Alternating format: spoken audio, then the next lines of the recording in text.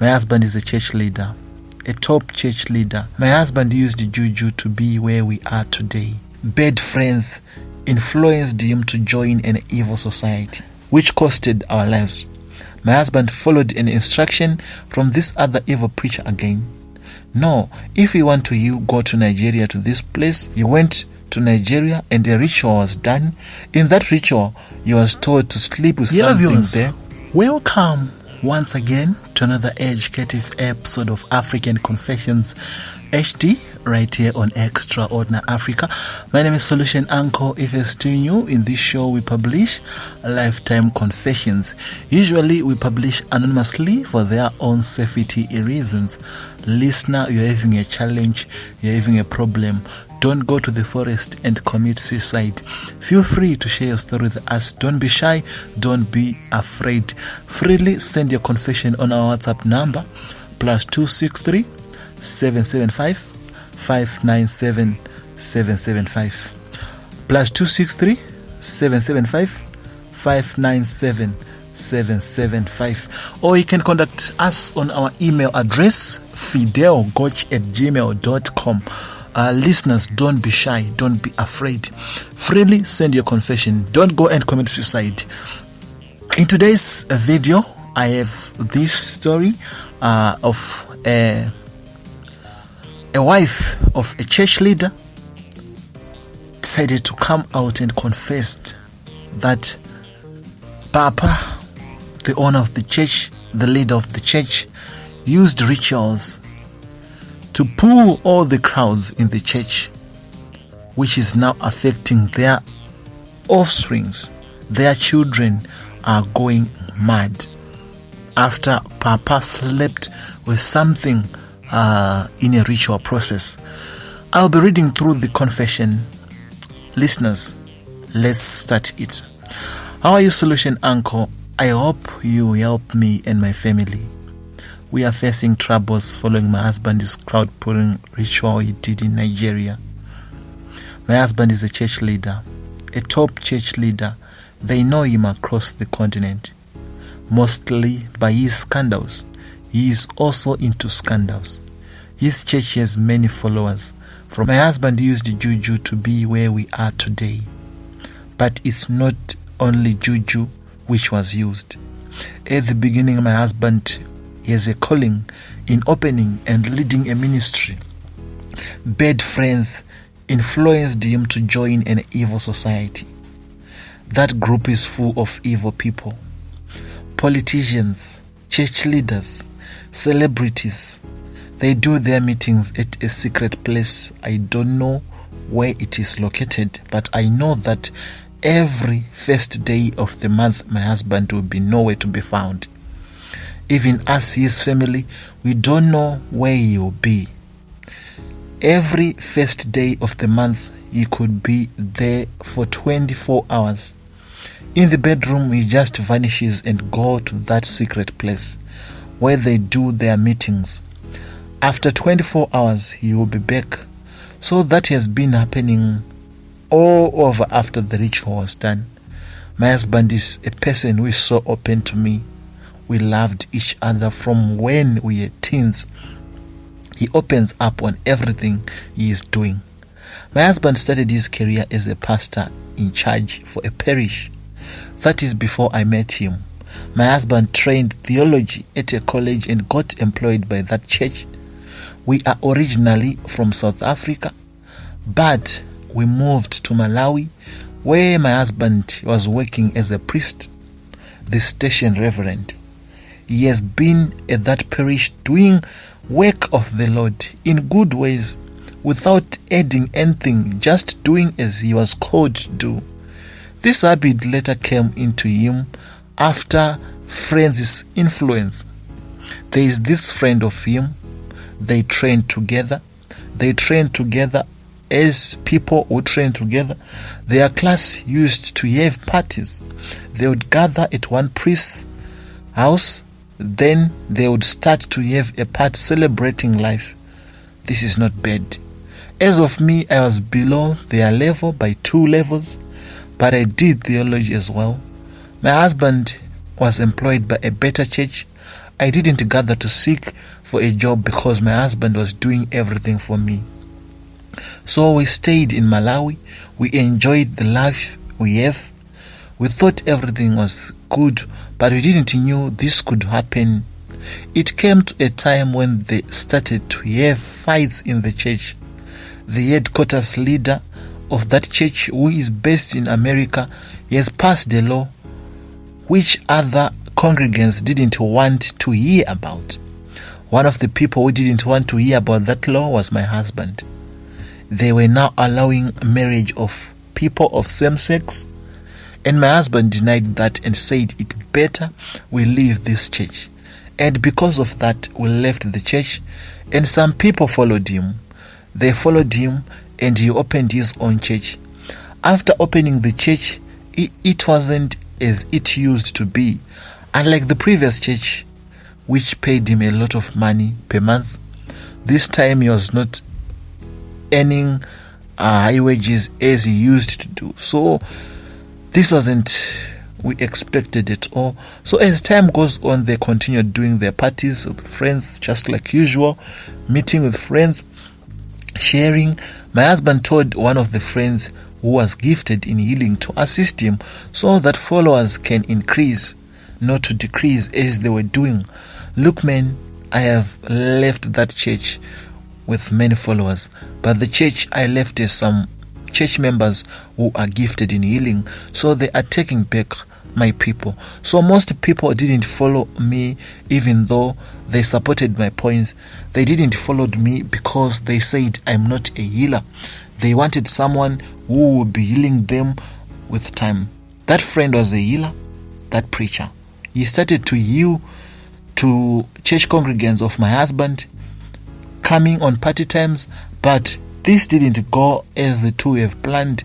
The preacher won many hearts of the congregants of my husband's church and later opened his own church. They followed him. My husband continued to lose more congregants. This led my husband to be with this dark mind which costed our lives. My husband followed an instruction from this other evil preacher again.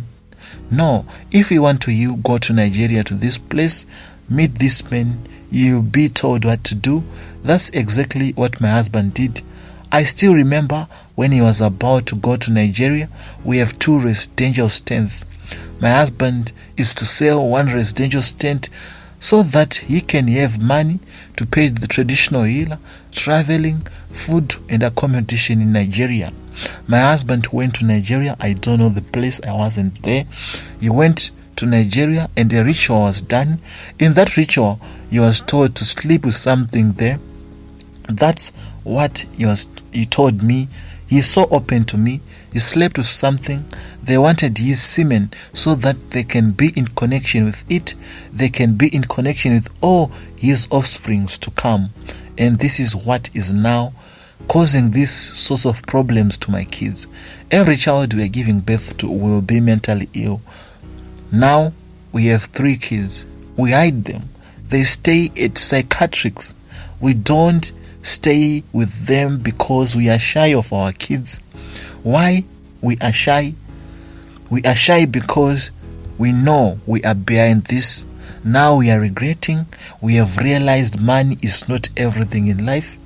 We cheer so much on people who are enjoying their families, even though they are poor, but they have good children. Their children are getting married. They are getting everything they want in their lives. As of our lives, it's restricted.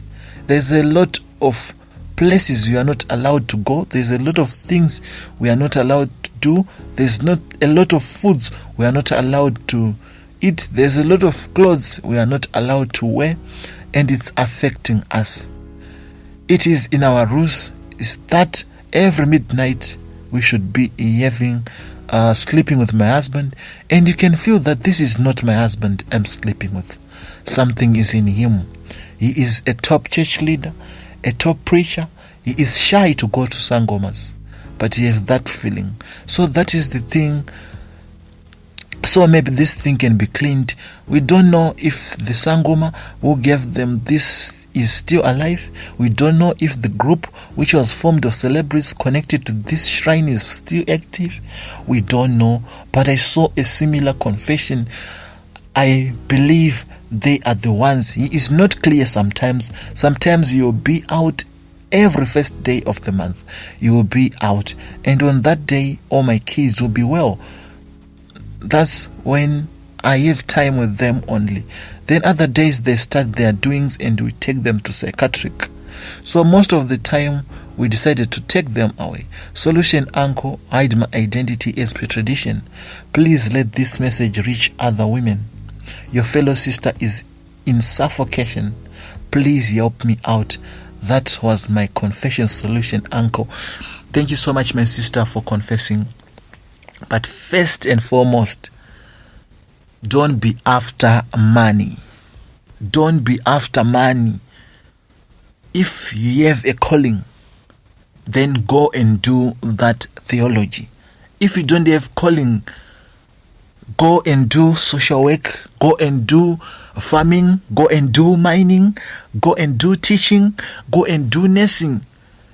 Do another thing at college.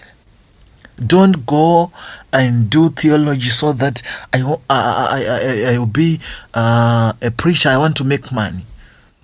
That's not it. That's the first mistake you made.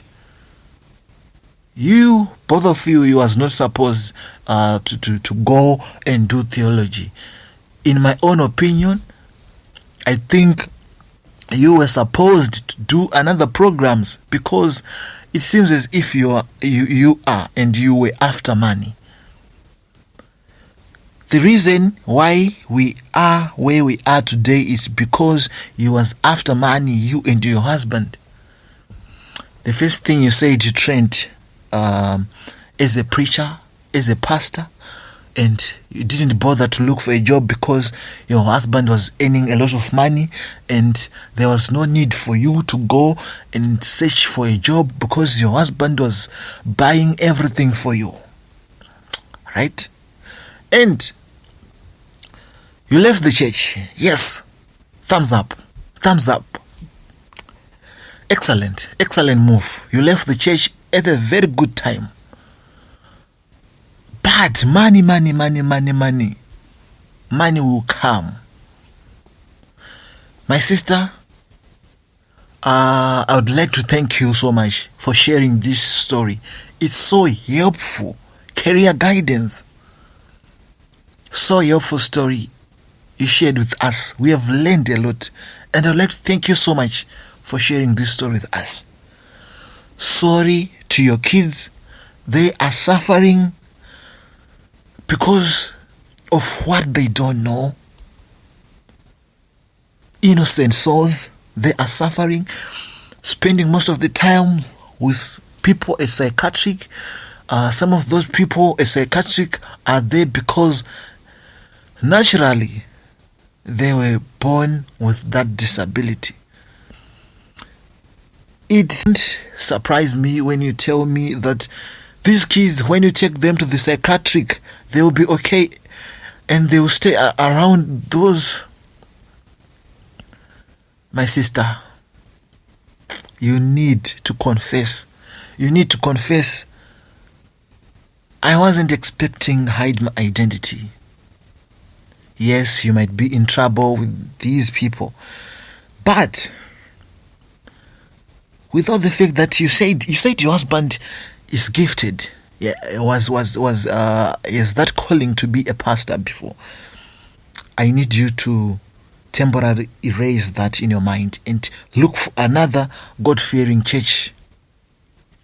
Look for another God-fearing church. Listeners, I hope you are tuned in. I hope you are tuned in. Tell us your views. If you know a God-fearing church near you, +263 775 597 775.